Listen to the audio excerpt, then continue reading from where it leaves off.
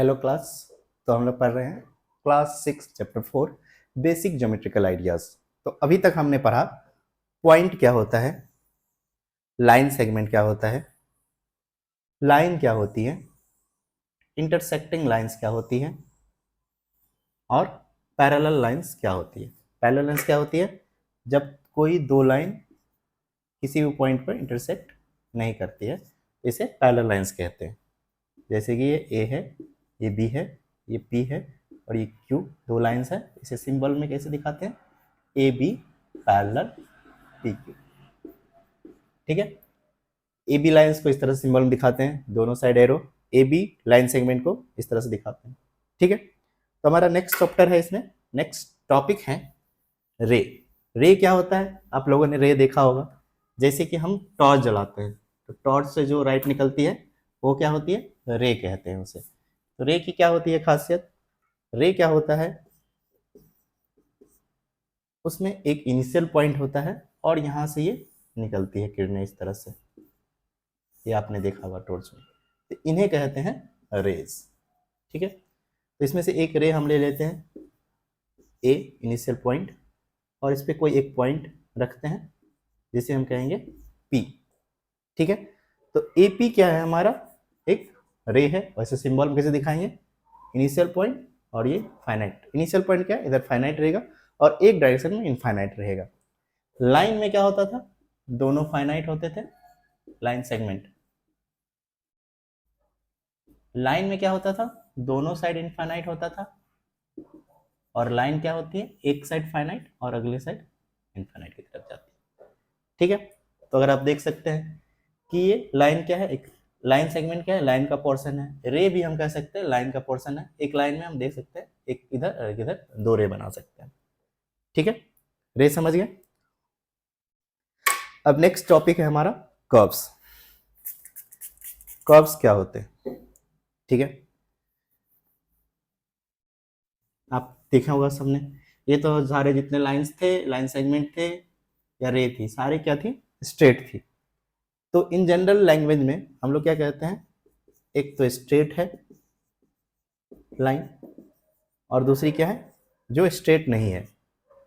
जो स्ट्रेट नहीं है उसे हम कहते हैं कर्व लाइंस। ठीक है, जैसे ये स्ट्रेट है और ये स्ट्रेट नहीं है। लेकिन मैथमेटिक्स में जितने भी लाइंस हम खींच सकते हैं सबको हम कर्व कहेंगे। मैथमेटिकली क्या होगा? ये जो हमारा एक स्ट्रेट लाइन है ये भी कर्व है और ये भी कर्व है। इसे हम कहेंगे कर्व वन, तो इसे हम कहेंगे curve two. In general language में स्ट्रेट लाइंस होते हैं और कर्व लाइन होते हैं। मैथमेटिक्स में सारे क्या है? हमारे कर्व है। ठीक है, तो हम बहुत सारे तरह के कर्व्स देख सकते हैं। जैसे कि अभी हम कर्व बनाएं, कर्व बनाने के लिए हमें क्या करना है? एक पॉइंट पे पेन रखना है, दूसरे पॉइंट पे हमें पेन हटाना है। ठीक है, कर्व। जैसे एक पॉइंट ए लिया, यहाँ से हम बी पॉइंट तक गए, ये कर्व हो गया। ए पॉइंट से हम स्टार्ट किए और वापस से ए पॉइंट पे आ गए, ये भी कर्व हुआ। इसको हम ऐसे भी जा सकते थे, ऐसे। ये सारे क्या हैं? हमारे कर्व हैं। ठीक है, अब कर्व में हम इसको डिफ्रेंशिएट कर सकते हैं किस तरह से? ठीक है, सबसे पहले हम कह सकते हैं हमारा सिंपल कर्व क्या होता है। ठीक है, तो सिंपल कर्व क्या होता है? जो कर्व एक दूसरे को क्रॉस नहीं करती है उसे कहते हैं सिंपल कर्व। जैसे कि ये है, एक खुद को क्रॉस नहीं कर रही है, ये भी खुद को क्रॉस नहीं कर रही है, ये भी खुद को क्रॉस नहीं कर रही है, तो ये तीनों क्या है? सिंपल कर्व है। ये खुद को एक पॉइंट पे पी पॉइंट पे क्रॉस कर रही है, तो ये सिंपल कर्व नहीं है। ठीक है, इसका मतलब क्या है? ये तीनों को हम एक कैटेगरी में बांट सकते हैं और ये दूसरी कैटेगरी में। ये क्या है? हमारे सारे सिंपल कर्व है और ये क्या है? नॉन सिंपल कह दीजिए,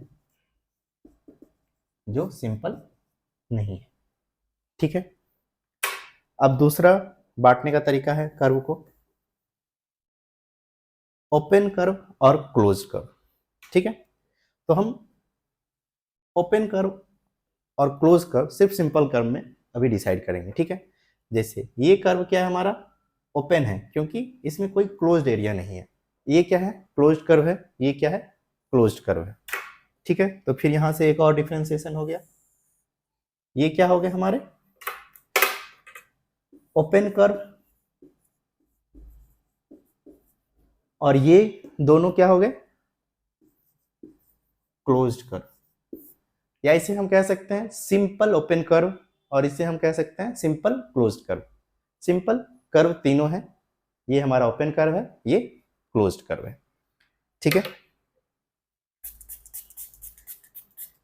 आइए कुछ एग्जांपल्स लेते हैं सिंपल कर्व के, ओपन कर्व के, क्लोज्ड कर्व के, simple open curve, simple closed curve, ठीक है।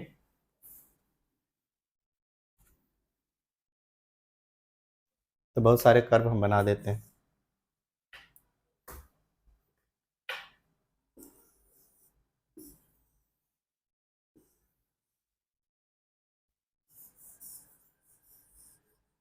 ठीक है, तो ये क्या है हमारा ओपन कर्व, ये क्या है हमारा नॉन सिंपल कर्व है।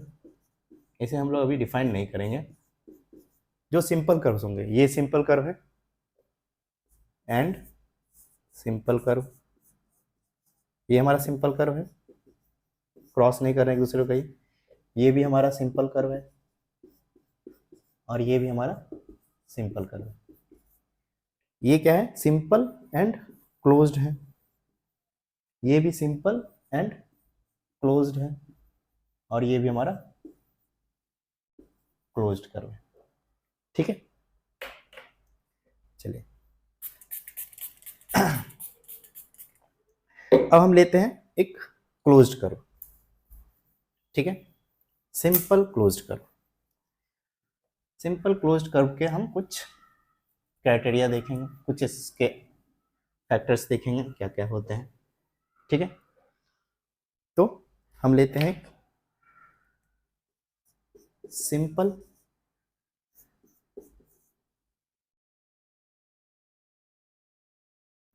Closed curve. ये हमारा एक सिंपल क्लोज्ड कर्व है, ठीक है, क्योंकि एक दूसरे को कहीं इंटरसेक्ट नहीं कर रहा है और ये क्या है, क्लोज्ड, ठीक है। तो इसमें हम कॉन्सेप्ट देखते हैं। इसमें हमारे पास मान लीजिए एक पॉइंट हमने ये ले लिया, एक पॉइंट हमने ये ले लिया और एक पॉइंट ये ले लिया।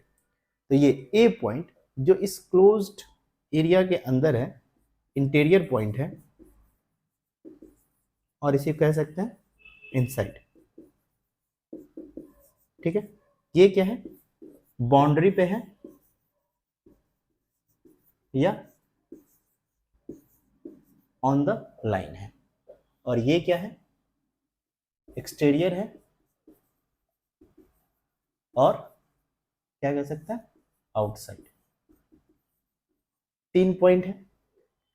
इस बेसिस पे हम किसी क्लोज्ड सिंपल कर्व को 3 पार्ट में बांट सकते हैं, एक इंटीरियर एरिया, एक बाउंड्री एरिया और एक एक्सटीरियर आउटसाइड एरिया, ठीक है।